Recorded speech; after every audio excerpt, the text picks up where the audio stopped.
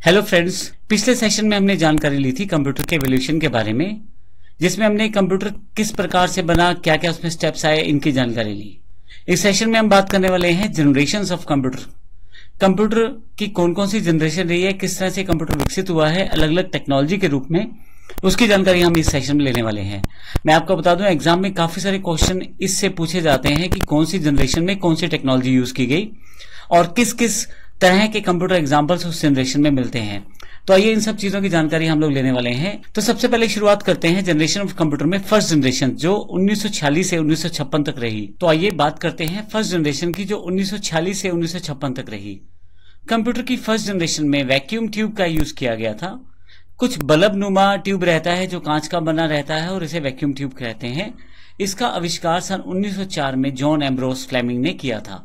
अब ध्यान रखिएगा, एग्जाम्स में इस तरह के क्वेश्चन रहेंगे कि फर्स्ट जनरेशन में क्या टेक्नोलॉजी यूज की गई और इसको किसने आविष्कृत किया। तो 1904 में जॉन एम्ब्रोस ने वैक्यूम ट्यूब का आविष्कार किया। इस जनरेशन में कंप्यूटर में इंटरनल मेमोरी के रूप में मैग्नेटिक ड्रम का इस्तेमाल किया जाता था, यानी कि कुछ स्टोर करना है तो मैग्नेटिक ड्रम का इस्तेमाल किया जाता था। फर्स्ट जनरेशन में इनपुट के लिए हम लोग पंच कार्ड और पेपर टेप से प्रयोग किया जाता था। आउटपुट के लिए प्रिंट आउट का यूज भी किया जाता था। अब पंच कार्ड मुख्यतः क्या होता था, होल्स वाले कार्ड थे जिनमें कुछ होल्स रहते थे, जिससे उनको होल्स के रूप में डेटा स्टोर किया जाता था और ये एक पेपर टेप के रूप में अवेलेबल रहता था। फर्स्ट जनरेशन जब आया तो कंप्यूटर बहुत बड़े बड़े थे, लेकिन इनकी स्पीड उस तरह से नहीं थी। आकार में बड़ा होने के बावजूद इनकी स्पीड बहुत ही कम थी, लेकिन नॉर्मल ह्यूमन बीइंग, जो एक आदमी नॉर्मल कैलकुलेशंस कर लेता है, उससे कई गुना ज्यादा थी, इसलिए इनका प्रयोग वहां से शुरू हो गया था।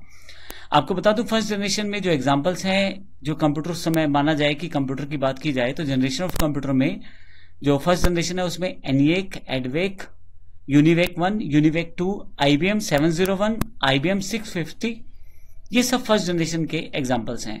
आपसे कई बार एग्जाम्स में पूछा जाता है कि IBM 650 किस जनरेशन का कंप्यूटर है, या ये भी पूछा जाता है कि कौन फर्स्ट जनरेशन में आने वाले कंप्यूटर कौन कौन से हैं। तो ये इस तरह से आप ध्यान रख सकते हैं। इसके पास जो जनरेशन आई वो ट्रांजिस्टर जनरेशन थी। ट्रांजिस्टर एक छोटा सा इलेक्ट्रॉनिक पार्ट है, छोटा सा इलेक्ट्रॉनिक पुर्जा, जिसमें एमिटर, कलेक्टर, बेस 3 सेगमेंट रहते हैं। लेकिन मुख्य बात यह है कि वैक्यूम ट्यूब की तुलना में बड़े छोटे थे, जिसकी वजह से कंप्यूटर का साइज अब छोटा होने लगा था। ट्रांजिस्टर का जो आविष्कार किया वो विलियम शॉकली ने 1947 में किया। इसमें इनपुट के लिए पंच कार्ड और पेपर टेप का इस्तेमाल कर रहे थे और आउटपुट प्रिंट आउट के रूप में प्रयोग कर रहे थे। सेकंड जनरेशन में कंप्यूटर फर्स्ट जनरेशन की तुलना में छोटे हो गए। रीजन बड़ा सिंपल था, वैक्यूम ट्यूब साइज में बड़े बड़े थे जबकि ट्रांजिस्टर छोटे छोटे थे। तो ट्रांजिस्टर लगाने की वजह से वहां जगह कम घेरी कंप्यूटर ने और आकार उनका जो कम हो गया। इसके साथ साथ इनकी स्पीड भी बेहतर हुई। यहां इस जनरेशन तक आते आते हाई लेवल लैंग्वेजेस का इवोल्यूशन शुरू हो गया था। फोर्ट्रॉन, कोबोल इसके एग्जाम्पल है जिसको प्रयोग किया गया। इसके अलावा जो सेकंड जनरेशन के कंप्यूटर थे उनमें IBM 1620 यानी कि 1620, IBM 1401, IBM 7094, CDC 1604, CDC 3600, UNIVAC 1108 second generation के कंप्यूटर के कुछ एग्जाम्पल्स हैं जिनका प्रयोग किया जाता था।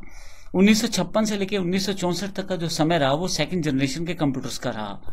आकार में ये छोटे हो चुके थे, टेक्नोलॉजी बदल चुकी थी और अब स्पीड भी बेहतर हो चुकी थी। इसके बाद जो थर्ड जनरेशन कंप्यूटर आया है उससे एक कंप्यूटर की क्रांति सी आ गई, क्योंकि 1964 से 1971 के बीच में इलेक्ट्रॉनिकली बड़े बदलाव हो रहे थे। जैसे अब ट्रांजिस्टर की जगह IC यानी कि इंटीग्रेटेड सर्किट का यूज शुरू हो गया था। इसका आविष्कार जैक किल्बी ने 1959 में किया था।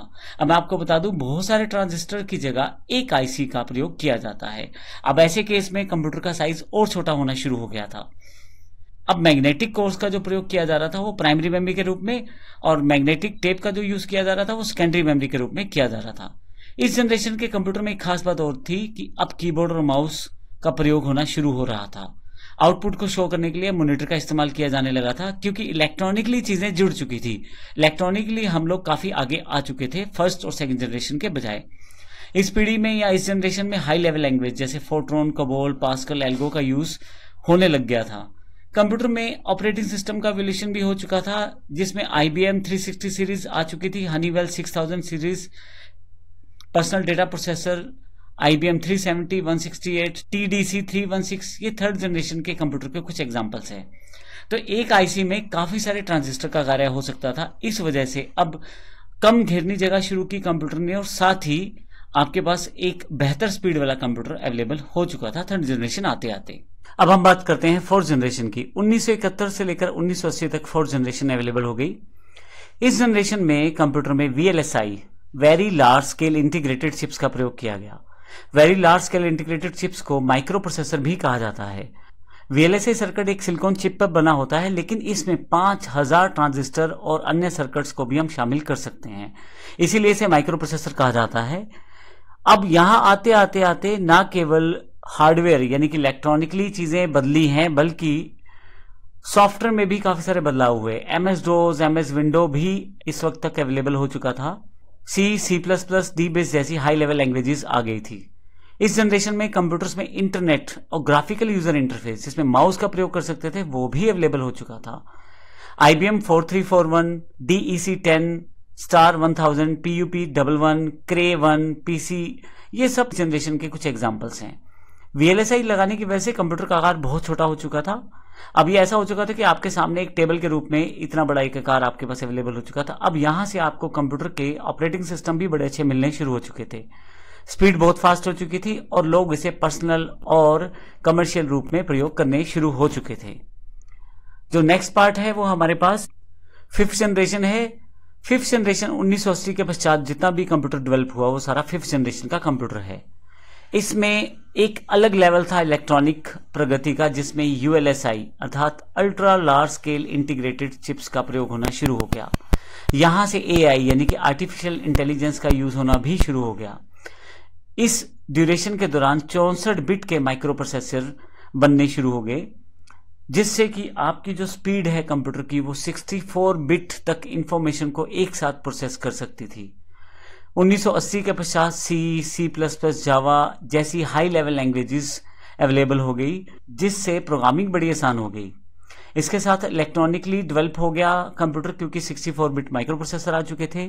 यहां आते आते इंटरनेट, ईमेल और WWW अर्थात वर्ल्ड वाइड वेब भी विकसित हो गया। इस जनरेशन में यूजर फ्रेंडली इंटरफेस अवेलेबल हुए, अर्थात जिससे यूजर बड़ी आसानी से काम कर सके किसी कंप्यूटर में, वो उस तरह की विशेषताएं कंप्यूटर में आने लग गई। अब आपके पास desktop, laptop, notebook, ultrabook, chromebook, ये इसी जनरेशन के एग्जांपल्स हैं। अभी हमारे पास जो कंप्यूटर है फिफ्थ जनरेशन से पूरे प्रभावित हैं। अब इतने फास्ट हो चुके हैं कंप्यूटर कि हमारा काफी मुश्किल काम बड़े आसानी से संभव कर देते हैं। बड़ी बड़ी मुश्किल कैलकुलेशंस बड़ी आसानी से सॉर्ट आउट हो जाती हैं। बड़ी बड़ी जो कार्य हैं वो कंप्यूटर की सहायता से कर दिए जाते हैं। इवन काफी सारी मशीन्स को कंप्यूटर से ऑपरेट कर लिया जाता है, और साइज में बड़े छोटे। नोटबुक का साइज बड़ा सिंपल, हाथों में आने वाला साइज है, आप कहीं भी लेके जा सकते हैं। तो इस तरह से हमारी ये जनरेशन है कंप्यूटर की, जिनको हमने देखा। इन जनरेशन्स को क्वेश्चंस काफी सारे पूछे जाते हैं, और फुल फॉर्म्स का भी जरूर ध्यान रखें, जैसे ULSI है या VLSI है। तो इस तरह की चीजें आपसे पूछी जाएंगी। अब इस सेशन में हमने अपने कंप्यूटर जनरेशन्स को खत्म किया है। अगले सेशंस में हम देखेंगे कंप्यूटर के फीचर्स क्या हैं। हम कंप्यूटर जब इस्तेमाल करते हैं तो उसके कौन कौन से पहलू हैं जिन्हें हमें जानना जरूरी है। धन्यवाद।